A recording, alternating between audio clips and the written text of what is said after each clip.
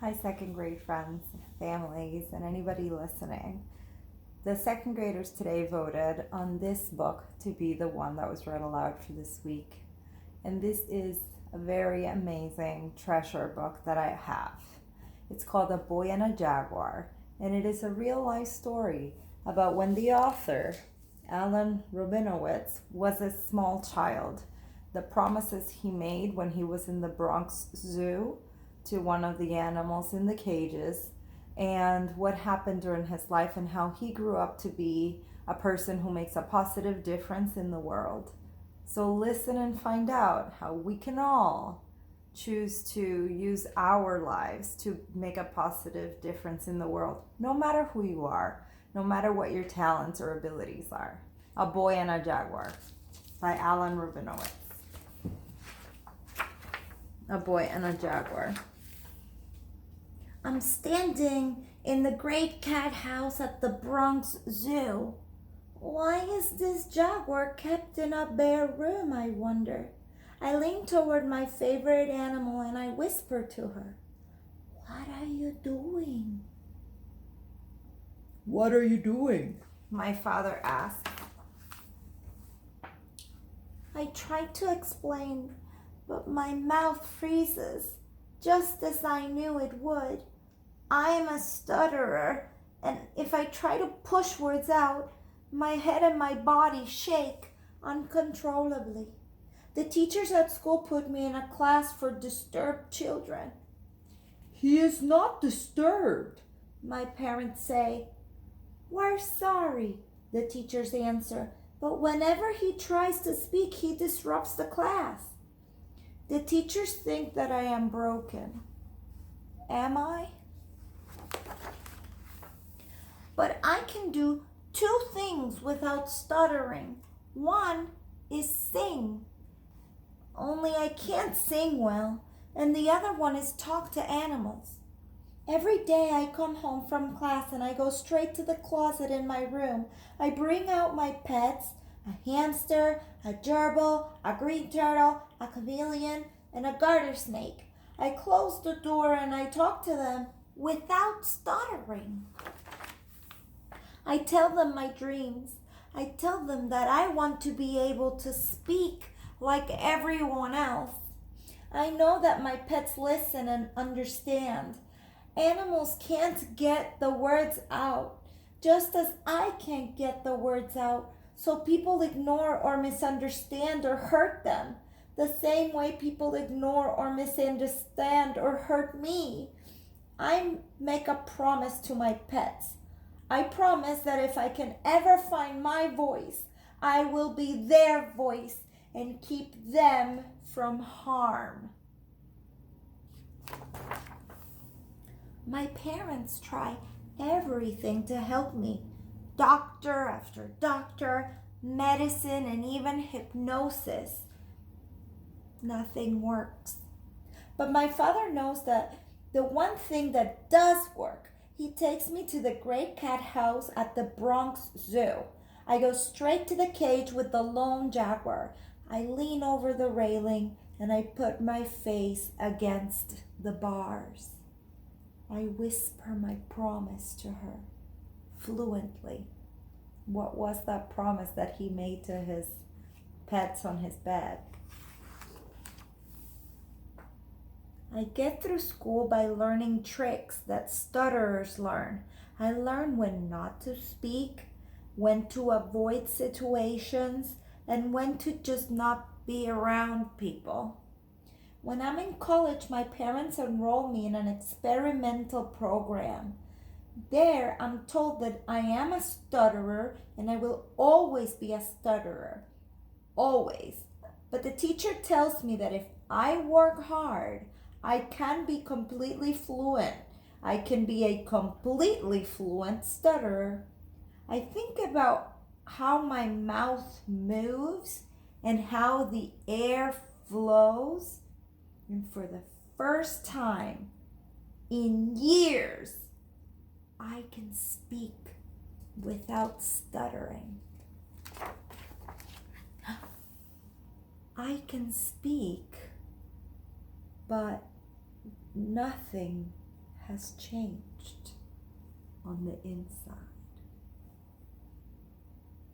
I still feel broken.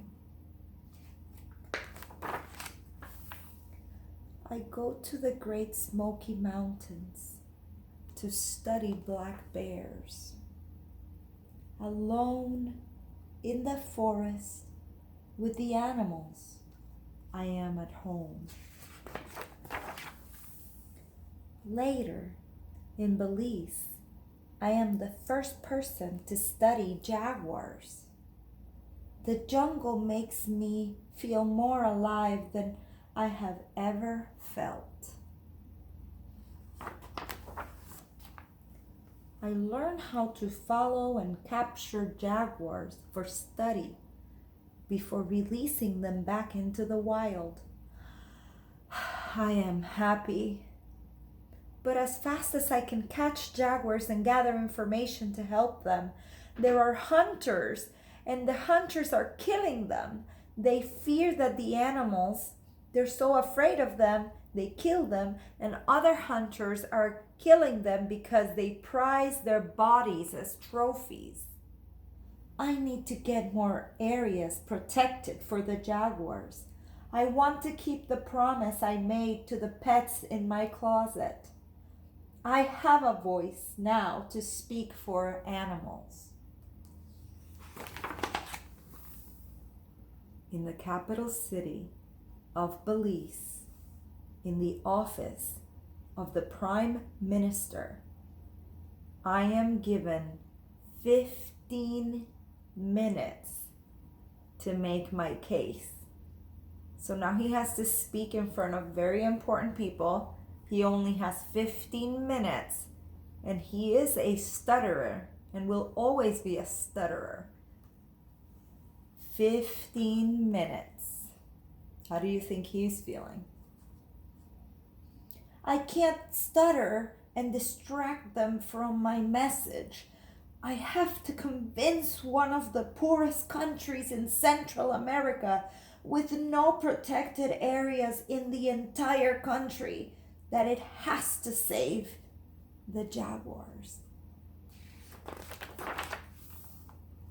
Later that day, the Prime Minister votes to set up the world's first and only jaguar preserve. He was able to persuade and convince them that they needed to take measures to protect the jaguars. So a preserve is a safe area that is protected for the jaguars, where nobody can come in and hunt them and kill them. Back in the jungle, I know all the jaguars in the study from their tracks. But one day, I come across a completely new track. The biggest male jaguar tracks I have ever seen. I follow the prints for hours, not wanting to be caught in the jungle at night. Without a flashlight, I turn around to go back to camp. There, right behind me, is the jaguar. I know I should feel frightened, but I squat down and look into the jaguar's eyes, just as I had with the sad old female at the Bronx Zoo. But this animal isn't sad. In this animal's eyes are strength and power and sureness of purpose. We are both whole. We are both at home. I leaned toward him a little, the way I had at the Bronx Zoo so many years before. Thank you, I whisper in the end. This is the marvelous story of Alan Rabinowitz. And you know what it teaches me? That no matter what you think gets in the way you can overcome so many things and you can find your purpose. And if your purpose is to protect animals and fight for them, you can achieve that no matter what. Thank you, and stay tuned for more. Thank you, second graders, for voting for this one.